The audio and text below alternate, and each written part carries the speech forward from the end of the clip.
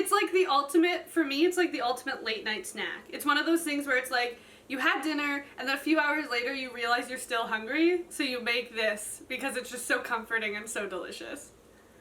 I love it.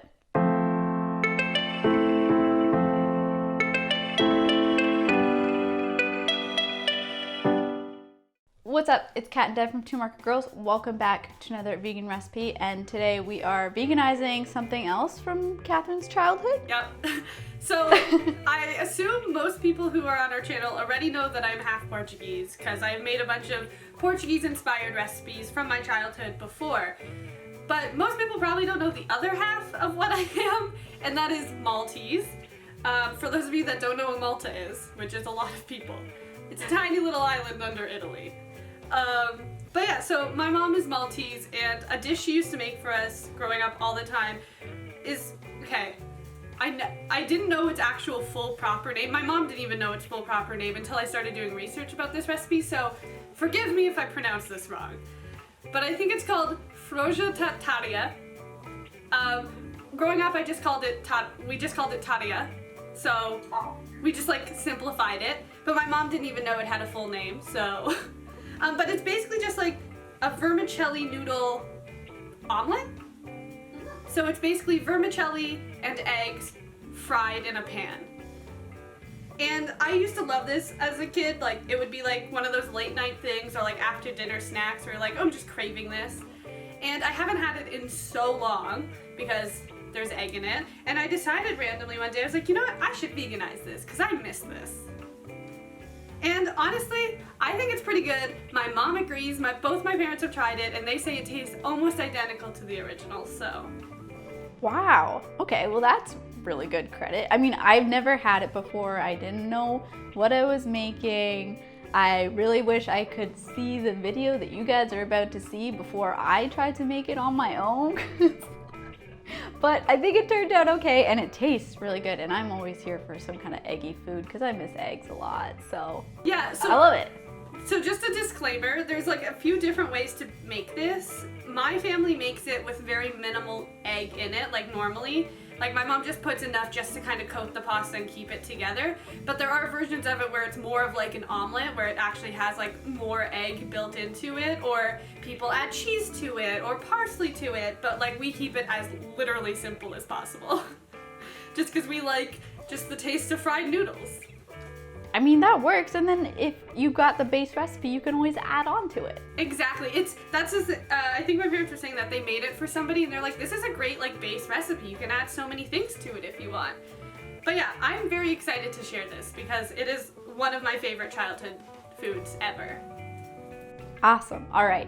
Well, before we get into the recipe, be sure to subscribe to the channel so you don't miss future vegan recipes every Sunday and whatever Wednesdays every other Wednesday. And without further ado, let's just go make this. Yeah. Yeah. It's like another 20-minute recipe. Oh, we're so good at that this year. Wow. Finally, we're gonna make our tarja. To do that, you're gonna bring a pot of water to a boil and then cook your vermicelli pasta until just al dente. While the pasta cooks, in a big bowl, combine some chickpea flour, nutritional yeast, a little bit of water, black salt, and black pepper, and then stir that until it's smooth. You want it to be pretty thin, so if it's looking like too much of a paste, add just a little bit more water, just a splash here and there, until you get this nice, right, luscious, smooth consistency. Then, when the pasta's almost cooked, when there's about a minute or so left, you're going to put a nonstick pan over medium to low heat and melt some butter into it, about a tablespoon or so. Once the pasta is cooked, you're going to take that pasta directly from the water and stick it into the chickpea flour mixture you just made and stir that immediately so that the chickpea flour doesn't thicken too quickly. Once that's evenly coated throughout all the pasta, you're going to do this in about 2 to 3 portions. You're going to add a thin layer of the pasta to your heated nonstick pan with butter, and then really press that, pack that down there so that you get almost kind of like a vermicelli pancake or vermicelli omelette. You want it to be almost as big as the pan you're using. You can do it to the size of the pan you're using. I find it a little difficult to flip when it's that big, so however you want to do it here. And my preference is to keep it pretty thin as you can get it. It can be a little difficult to get it thin, but I don't really love my tarja too thick. You want to cook that until the bottom is a deep golden brown and the edges start to get really crispy. So periodically you're going to need to shake up that pan to make sure nothing's sticking, rotate it, kind of toss it around a little bit to make sure everything is getting evenly browned. And then every once in a while, just take a look underneath, just take a little peek with the spatula to see how golden it is, to see how crispy it is. And once you get that beautiful golden brown color, you're gonna give a flip of the pan. This part can get tricky, so do it however is best for you. I have ruined a lot of these things not flipping them properly, so do it however it works for you. But if you're comfortable flipping within the pan, do that.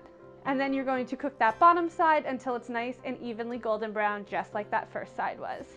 Remove that from the pan, repeat with the remaining pasta. Quick note, you may need to rebutter in between these depending on how much butter that first pasta soaked up. So you may need to add another tablespoon of soda butter to the pan before you add the next batch in.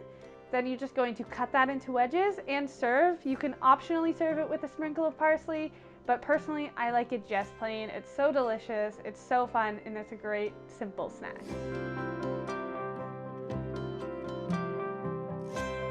Devin, I feel like this is probably your first time trying any Maltese food. Yeah. Because have I ever given you, probably not, but have you ever tried pastizzis before? It's basically like, so. I haven't been able to make them vegan either, but it's basically like, kind of like a puff pastry outside with like a ricotta cheese filling. It is so good. Oh, no, I have not had that. But that's my next Maltese thing that I want to veganize. Okay. I'm into it. But yeah, time to try this fried vermicelli, basically. Oh my god, it's so crunchy, it's so good. Mm-hmm. I love this so much. Perfect fried noodle taste. Mmm. And honestly, it's so good. It's so simple.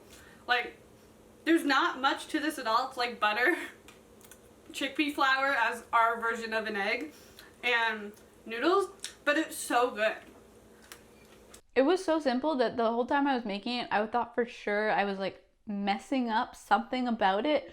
And then I realized that it's kind of like a forgiving technique and recipe.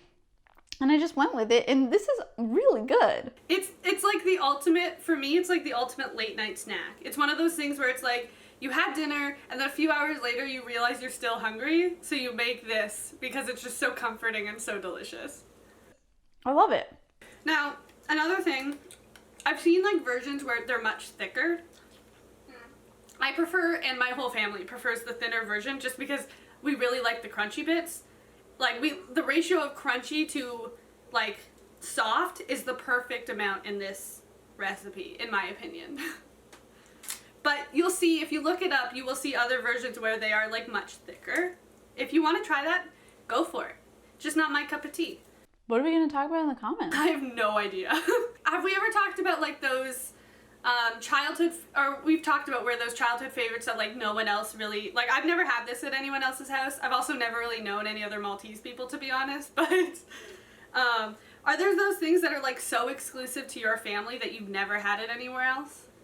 Oh, yeah, that's a good one. Let's talk about that. I don't know if I have an answer to that though. Yeah, because you guys eat a lot of Italian food, so it's hard to be like unique in Italian food because it's everywhere. Yeah. But I would be very curious to hear everybody else's answers. So I think that's an excellent comment section topic. Mm-hmm. And let me know if you've also heard of this dish before, or if you've heard of Malta before. And seriously, go try this. It's so good. It's such a good snack, and I always eat it with my hands. I never eat it with a fork or knife. It's so good. Yeah. I mean, especially now because it's cooled down a lot.